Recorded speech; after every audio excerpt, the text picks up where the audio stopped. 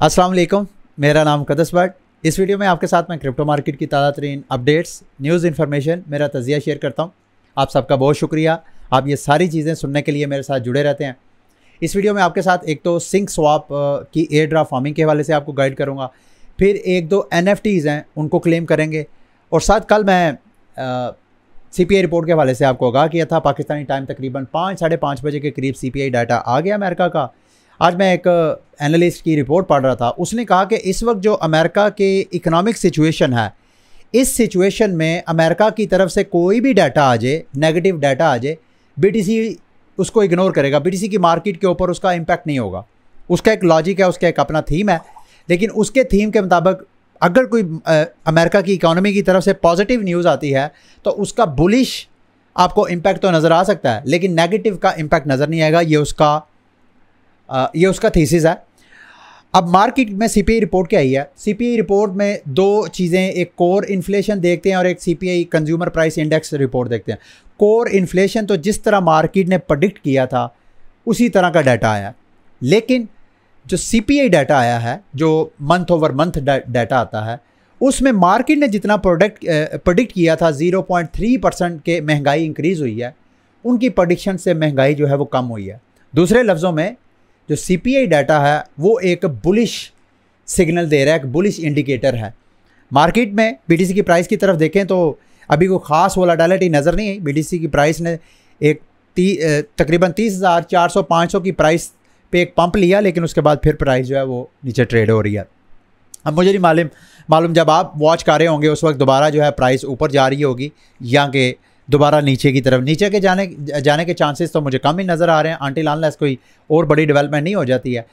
कल बहरहाल FOMC की मिनट्स जो हैं रिलीज़ होने हैं और अगले माह मई में FOMC की मीटिंग जो है उसका इम्पैक्ट हो सकता है। अगर मैं वो जो ट्रेडर जिसकी मैंने आपके साथ बात शेयर की है, अगर उसकी बात को फॉलो किया जाए फिर तो अगले माह जो FOMC की मीटिंग होनी भी है, जिसमें मोस्ट लाइकली ये जो CPI डाटा है उसमें इंटरेस्ट रेट वैसे बढ़ेगा नहीं। ज़्यादा चांसेस यही हैं कि इंटरेस्ट रेट या तो बढ़ेगा ही नहीं या बिल्कुल कम 25 बेस पॉइंट बढ़ेगा। ये है पॉजिटिव चांसेस। अगर नेगेटिव आ भी जाते हैं तो वो जो ट्रेडर कह रहा है, जिसकी थीसिस में मुझे जान लग रही है, उसका इम्पैक्ट नज़र नहीं आएगा। अच्छा, अब मेरे से आप लोग पूछ रहे हैं कि BTC की प्राइस के साथ साथ जो आल्ट कॉइन्स हैं, आल्ट कॉइन्स क्यों पंप नहीं कर रहे हैं?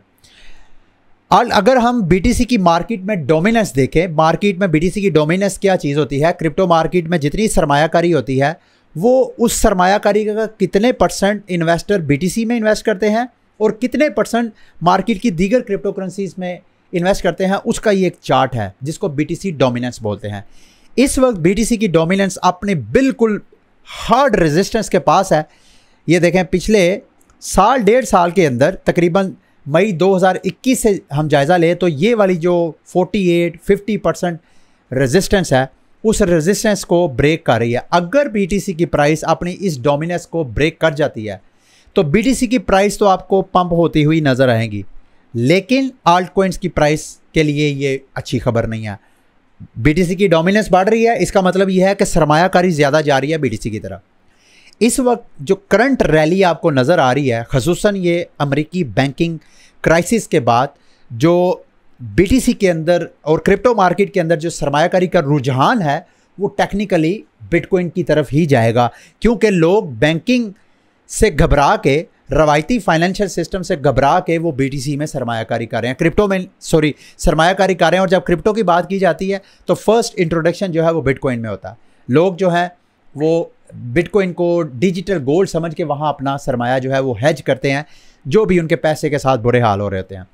अब मार्केट की और बड़ी बड़ी न्यूज़ हैं। अच्छा, मैं आल्ट कॉइन के हवाले से मुझे ऐसे लग रहा है कि जब ये BTC का डोमिनेंस BTC का ये सीज़न कम होगा, उस वक्त आपको आल्ट कॉइन का सीज़न स्टार्ट होगा। ये है क्रिप्टो मार्केट का हिस्टोरिकल रिकॉर्ड। लेकिन अब कुछ एनालिस्ट का मानना यह है कि मार्केट में कुछ ऐसी डेवलपमेंट्स हो रही हैं कि लोग इतने बाशऊर और मैच्योर हो गए हैं क्रिप्टो इन्वेस्टर कि वो BTC में ही सरमायाकारी करने के साथ साथ वो क्रिप्टो मार्केट के और दीगर आल्ट कॉइन्स ऐसे हैं जो कि जिसमें वो समझते हैं कि इनमें भी जान है, वहाँ पर भी सरमायाकारी बन दी। दूसरे लफ्ज़ों में, अब पहले तो ये होता था ना, पहले BTC का सीज़न आता था फिर वहाँ से प्रॉफिट टेकिंग होती थी, लोग आल्ट कॉइन्स में डालते थे। इस तरह सीज़न वाइज ये मार्केट मूव होती थी, BTC फिर आल्ट सीज़न, फिर BTC सीज़न, फिर आल्ट सीज़न।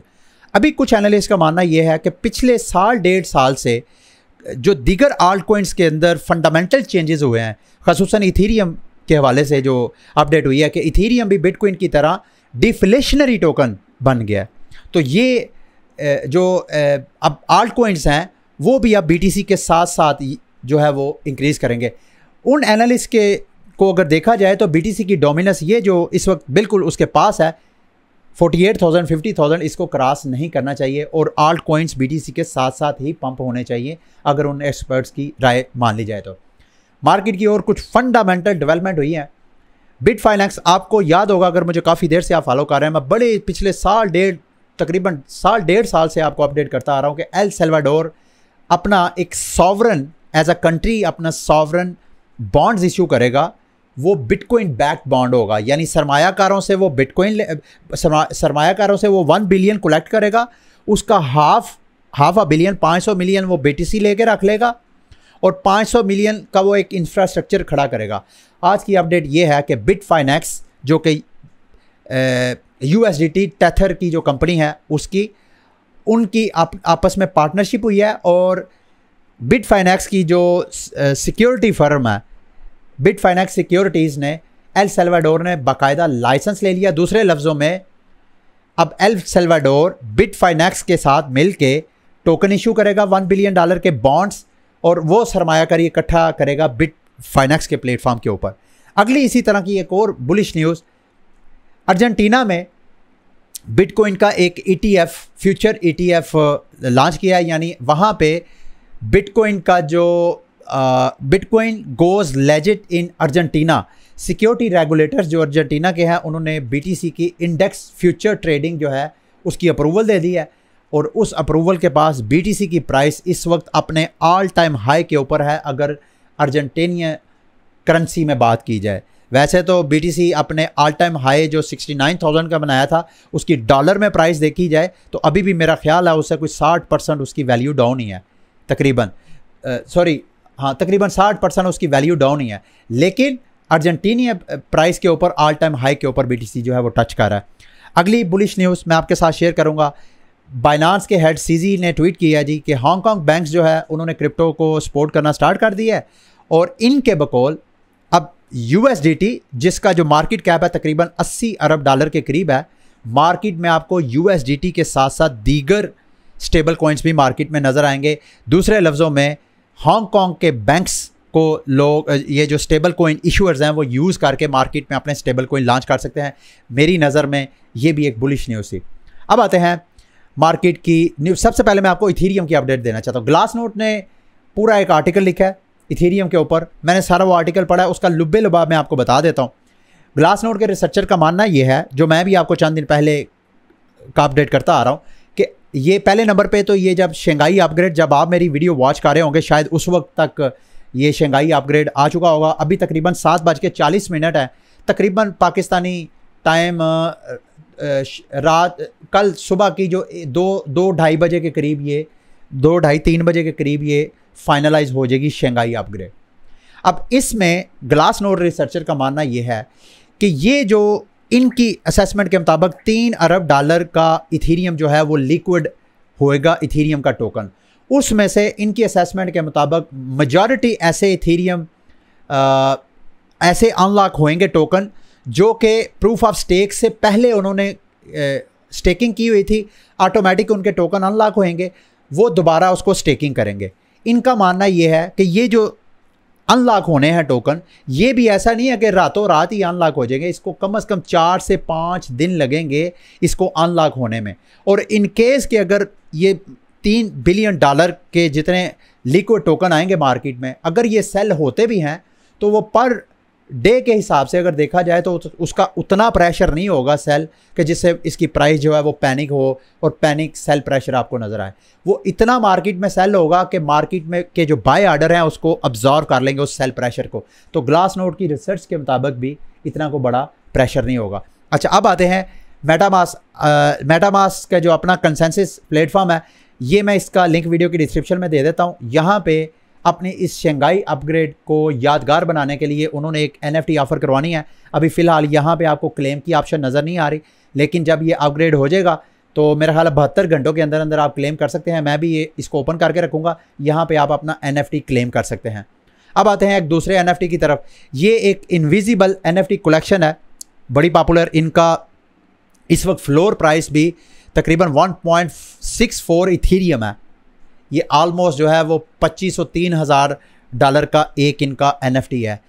यही जो टीम है इनविजिबल फ्रेंड्स वाली, अगर मुझे आप इजाज़त दें मैं थोड़ा सा आपको इनका NFT कलेक्शन दिखाता भी हूँ, आर्ट वर्क इनका दिखाता भी हूँ।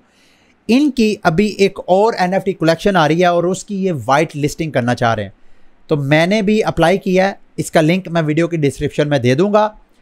आप चाहें तो यहाँ पे इनकी जो आने वाली कलेक्शन है आप अपने वॉलेट को वाइट लिस्ट करवा सकते हैं, ताकि जब ये मिंटिंग स्टार्ट करेंगे तो उस वक्त आप बजाय इसके कि आप सेकेंडरी मार्केट ओपन सी वगैरह पे जाके महंगा ख़रीदें, आप यहाँ से मिंट करें और मिंटिंग की प्राइस जो है वो सेकेंडरी मार्केट से सस्ती होती है। मैंने भी अप्लाई किया है, इसका लिंक मैं आपके साथ शेयर कर दूंगा। आप भी यहाँ पे अपना वॉलेट कनेक्ट करके अपने वॉलेट को जो है वो अप्लाई कर सकते हैं। इसमें इनके सोशल मीडिया को आपने फॉलो वगैरह करना होता है और उसके बाद एंड में आपको ये सेव ID अपने वॉलेट के साथ करिएगा तो आपका टोकन जो है वो वाइट लिस्ट हो जाएगा। अब आते हैं जी लास्ट में, जो मैंने आपको कहा था कि आपने जो सिंक स्वैप है उसके टोकन की फार्मिंग करनी है। सबसे पहले तो आपने अपने मेटामास्क में ये वाला ऊपर सर्च करना है, ZKCY करेंगे तो ये वाला आपने नेटवर्क ऐड करना है अपने मेटामास्क में। इसके ऊपर क्लिक करेंगे तो आपके मेटामास्क में हो जाएगा, ऐड हो जाएगा। उसके बाद आपने अपने मेन नेट या किसी और चेन से, ऑप्टिमिज्म भी हो सकती है, आर्बिट्रम भी हो सकता है, पॉलीगॉन भी हो सकता है, वहाँ से आपने इथीरियम ब्रिज करना है अपने जिंक स्वैप जो चेन है उसके ऊपर। आप मेन इथीरियम मेन चेन से ना करिएगा, क्योंकि मेन चेन से करेंगे तो आपके कुछ तकरीबन 20-30 डॉलर तो आपकी गैस फीस ही लग जाएगी। तो कोशिश करें आप सेंट्रलाइज एक्सचेंज बाइनांस वगैरह से, OKX वगैरह से, वहाँ से इथीरियम बाय करें और पॉलीगॉन की चेन के ज़रिए आप वो मंगवाएं और वहाँ से पॉलीगॉन से आप ब्रिज करें यहाँ पे अपनी जिंक स्वैप के ऊपर इस ब्रिज वेबसाइट के ज़रिए। इसका लिंक भी वीडियो की डिस्क्रिप्शन में दे दूंगा। जैसे ही आपके पास आ जाए तो सबसे पहले तो आपने टोकन स्वैप करने हैं इथीरियम। जैसे ही आपके पास जिंक के सिंक वॉलेट में फ़ंड्स आ जाएं, उसके बाद आपने यहाँ से इथीरियम को USDT में और USDT को इथीरियम में 2-4 बड़ी आपने स्वैप करनी है। उसके बाद यहाँ पे पूल में जाना है, पूल में आके आपने लिक्विडिटी पूल में अपने फ़ंड्स ऐड करने हैं। फॉर एग्जांपल आप इथीरियम और USDT का पूल में फ़ंड्स ऐड कर लें और ऐड करने के बाद पहले आप डिपॉजिट पे जाएं, यहाँ पे आके डिपॉजिट करें और जैसे ही आप डिपॉजिट कर लेंगे फ़ंड्स, यानी $100 के USDT और $100 का इथीरियम यहाँ पे आप डिपॉजिट करेंगे और उसके बाद जब आप डिपॉजिट कर रहे हैं वही जो LP टोकन्स आप मिलेंगे विड्रॉ पे आके आप वहाँ उसको विड्रॉ भी करवा सकते हैं अपने फ़ंड्स।